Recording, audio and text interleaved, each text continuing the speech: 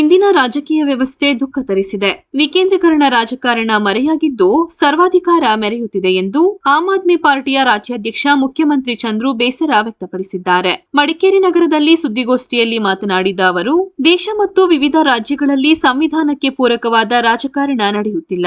ಸಮಬಾಳಿನ ಪರಿಕಲ್ಪನೆ ಸಾಕಾರಗೊಳ್ಳುತ್ತಿಲ್ಲ. ಅಧಿಕಾರ ವಿಕೇಂದ್ರೀಕರಣವಾಗುತ್ತಿಲ್ಲ. ಸಮಾಜ ಭ್ರಷ್ಟಾಚಾರ ಮುಕ್ತವಾಗುತ್ತಿಲ್ಲ.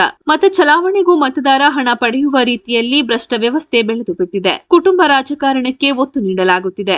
ಸರ್ವಾಧಿಕಾರದ ರಾಜಕೀಯ ನಡೆಯುತ್ತಿದೆ. ಸದನದಲ್ಲಿ ವೈಯಕ್ತಿಕ ನಿಂದನೆಯಾಗುತ್ತಿದೆ. ಹಲ್ಲೆ ಪ್ರಕರಣಗಳು ನಡೆಯುತ್ತಿದೆ ಎಂದರು. ಇಂದಿನ ಶಿಕ್ಷಣ ವ್ಯವಸ್ಥೆ ಇದಕ್ಕೆಲ್ಲ ಮುಖ್ಯ ಕಾರಣವಾಗಿದೆ. ಸರ್ಕಾರಿ ಶಾಲೆಗಳಲ್ಲಿ ಶಿಕ್ಷಕರಿಲ್ಲ. ಮೂಲಭೂತ ಸೌಲಭ್ಯಗಳಿಲ್ಲ. ರಾಜ್ಯದಲ್ಲಿ 60,000 ಶಿಕ್ಷಕರ ಕೊರತೆ ಇದೆ ಎಂದು ಸ್ವತಃ ಶಿಕ್ಷಣ ಸಚಿವರೇ ಹೇಳುತ್ತಿದ್ದಾರೆ. ಈ ನಡುವೆ ಕನ್ನಡ ಶಾಲೆಯ ಉದ್ಧಾರ, ಕನ್ನಡ ಕಡ್ಡಾಯ ಎಂದು ಘೋಷಣೆ ಮಾಡುತ್ತಿದ್ದಾರೆ. ಸಂಸದರು, ಶಾಸಕರ ನೇತೃತ್ವದಲ್ಲೇ ಶಿಕ್ಷಣ ಕ್ಷೇತ್ರದಲ್ಲಿ ದಂಧೆ ನಡೆಯುತ್ತಿದೆ ಎಂದು ಆರೋಪಿಸಿದರು. ದೆಹಲಿಯಂತೆ ಎಲ್ಲಾ ರಾಜ್ಯಗಳಲ್ಲೂ ಭ್ರಷ್ಟಾಚಾರ ಮುಕ್ತ ಅಭಿವೃದ್ಧಿಪರ ಆಡಳಿತ ನಡೆಸಬೇಕೆನ್ನುವ ಗುರಿ ಆಮ್ ಆದ್ಮಿ ಪಾರ್ಟಿ ಇದೆ. ಆದರೆ ನಮ್ಮದು ಹಣವಿಲ್ಲದ ಜನಸಾಮಾನ್ಯರ ಪಕ್ಷವಾಗಿರುವುದರಿಂದ ಸಂಘಟನೆ ವಿಳಂಬವಾಗುತ್ತಿದೆ. ಕೊಡಗು ಸೇರಿದಂತೆ ರಾಜ್ಯದ ಎಲ್ಲಾ ಭಾಗಗಳಲ್ಲೂ ಜನಜಾಗೃತಿ ಮೂಲಕ ಪಕ್ಷವನ್ನು ಬೆಳೆಸಿ ಸಾಮಾನ್ಯ ವ್ಯಕ್ತಿ ಕೂಡ ಶಾಸಕನಾಗಬಲ್ಲ ಎಂಬುದನ್ನು ಸಾಬೀತುಪಡಿಸುತ್ತೇವೆ ಎಂದು ಮುಖ್ಯಮಂತ್ರಿ ಚಂದ್ರು ತಿಳಿಸಿದರು.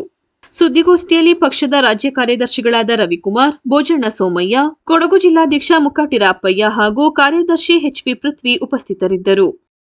ನಾನು ಈಗ ಕೇಳಕ್ ಬಂದಿರೋದು ಮುಂದಿನ ಚಾಲಕ ಪಂಚಾಯತಿ, ಜಿಲ್ಲಾ ಪಂಚಾಯತಿ ಚುನಾವಣೆಯಿಂದಲಾದರೂ ಪರಿವರ್ತನೆಗೆ ಪ್ರಯೋಗ. ಯಾವುದೋ ಒಂದು ಆಸೆಗೋಸ್ಕರ ನಾನು ಬಂದಿದ್ದೀನಿ ಅಂತ ನನಗೆ ಯಾವುದೂ ಆಸಕ್ತಿ ಇಲ್ಲ. ನಾನು ಇನ್ನೂ ಒಂದು ಬೇಡಿಕೆ ಹೇಳ್ತೇನೆ ಸರ್ಕಾರಕ್ಕೆ. 5 ತಾಲೂಕು ಇರೋದ್ರಿಂದ ಇನ್ನೂ MLA ಹೆಚ್ಚು ಮಾಡಬೇಕಿದೆ. ಜಿಯೋಗ್ರಫಿಕಲಿ ದೊಡ್ಡದ್ರಿಂದ ಓಡಾಡಕ್ಕೆ ಕಷ್ಟ ಇದೆ. ಸುಮ್ಮನೆ ಈ ಮೂಲೆಯಿಂದ ಆ ಮೂಲೆಗೆ ಹೋಗ್ಬೇಕಾದ್ರೆ ಕಷ್ಟ ಇದೆ. ಹೋಗಿದ್ದೀನಿ ನಾನು ಎಷ್ಟೋ ಸರಿ. ಇಲ್ಲಿ ಸೂರಜ್ ಬಂದಿದ್ದೀನಿ. ಆ ಥರದ್ದಿದೆ. MP ಕೂಡ ಈ ಹೆಸರನ್ನ ಕಳ್ಕೊಂಡು ಹೋಗ್ಬಿಟ್ಟಿದೆ. ಈಗ ಮುಂಚೆನಾದರೂ ಕೊಡಗು ಮತ್ತು ಮಂಗಳೂರು ಅಂತ ಇತ್ತು ಅಂತ ನನ್ನ ಅನುಭವ ಇರೋದು. ಈಗ ಮೈಸೂರು ಮತ್ತು ಕೊಡಗು ಅಂತಲಾದ್ರೂ ಕ್ಷೇತ್ರ ಮಾಡಬೇಕಾದ್ರೆ ಇದಕ್ಕೆ ಒಂದು ಸಪರೇಟ್ ಮಾಡಿ ಇನ್ಯಾರನ್ನ ಸೇರಿಸ್ಕೊಂಡು ಮಾಡಿ ಇದಕ್ಕೊಂದು ವೈವಿಧ್ಯತೆ ಬರ್ತದೆ. ಇದೊಂದು ವಿಶಿಷ್ಟವಾದಂಥ ಜಾಗ ಅನ್ನೋ ಮಾತನ್ನು ಕೂಡ ಇಲ್ಲಿ ಹೇಳ್ತೇನೆ.